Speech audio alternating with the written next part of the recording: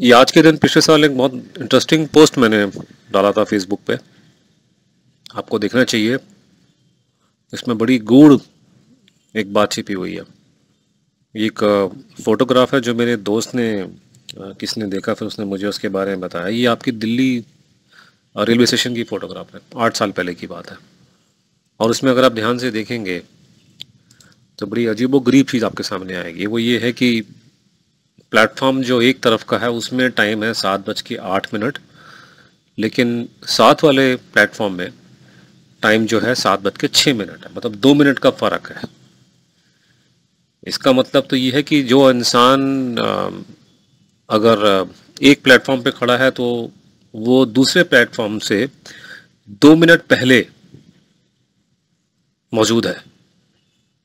मतलब मान लीजिए कि 7 बजे अगर कोई कोई चीज़ घटना घटती है तो एक प्लेटफॉर्म वाला जो है उसको वो 2 मिनट पहले मालूम चल जाएगी।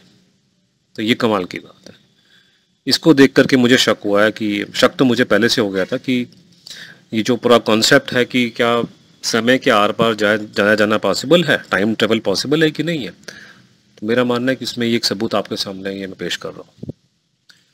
और ये मेरे को इस टॉपिक में काफ़ी इंटरेस्ट है। देखिए, यहाँ मैंने कॉल सेगन के बारे में, कॉस्मोस के बारे में भी मेंशन किया। आप उसकी ढूंढ के देखना है अगर आप, ये कार्ल सेगन कौन था और टाइम ट्रेवल कौन सा था, ये आप उस पर ज़रा कॉस्मोस के बारे में ज़रा यूट्यूब में डाल के देखिए। लेकिन जो इंटरेस्टिंग बात जो मैं आपको बताना चाहता हूँ वो ये है, जो मैंने यहाँ मेंशन भी किया है, कि मुझे टाइम ट्रेवल और ये इन चीज़ों में इंटरेस्ट कैसे पैदा हुआ। मैं तो भैया पॉलिटिकल साइंस का आदमी हूँ, हमारे को क्या लेना इन चीज़ों से कि टाइम ट्रेवल। तो ये तो फिजिक्स और फिजिसिस्ट और एस्ट्रोफिजिक्स वालों का, जैसे कार्ल सेगन है, इन लोगों का मतलब टॉपिक है।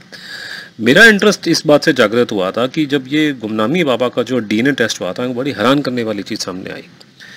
और वो ये नज़र आती है, अगर आप अलग अलग तथ्यों को सामने रख कर देखते हैं, कि दिसंबर 2003 में सीएफएसएल कैलकाटा को गुमनामी बाबा के दांत दिए गए डीएनए टेस्टिंग करने के लिए।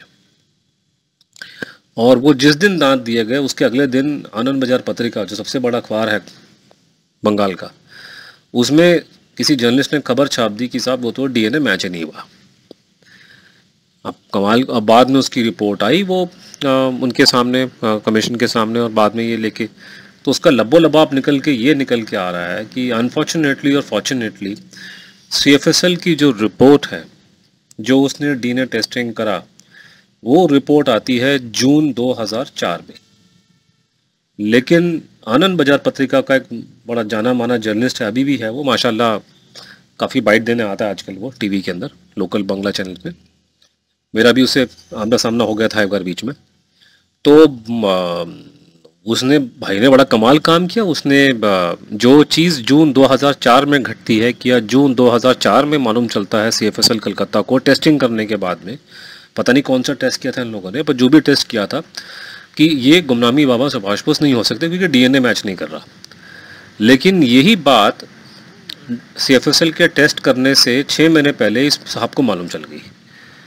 अब ये सोचने वाली बात है कि ये कैसे पॉसिबल है। तो मेरा मानना उसमें है कि पहली थ्योरी तो ये है कि साहब टाइम ट्रेवल हुआ है, और ये कोई आदमी समय के आर पार गया है, कोई उसने आगे जाकर देख लिया क्या हुआ समय के आगे जा कर के, और उसने रिपोर्ट कर दिया।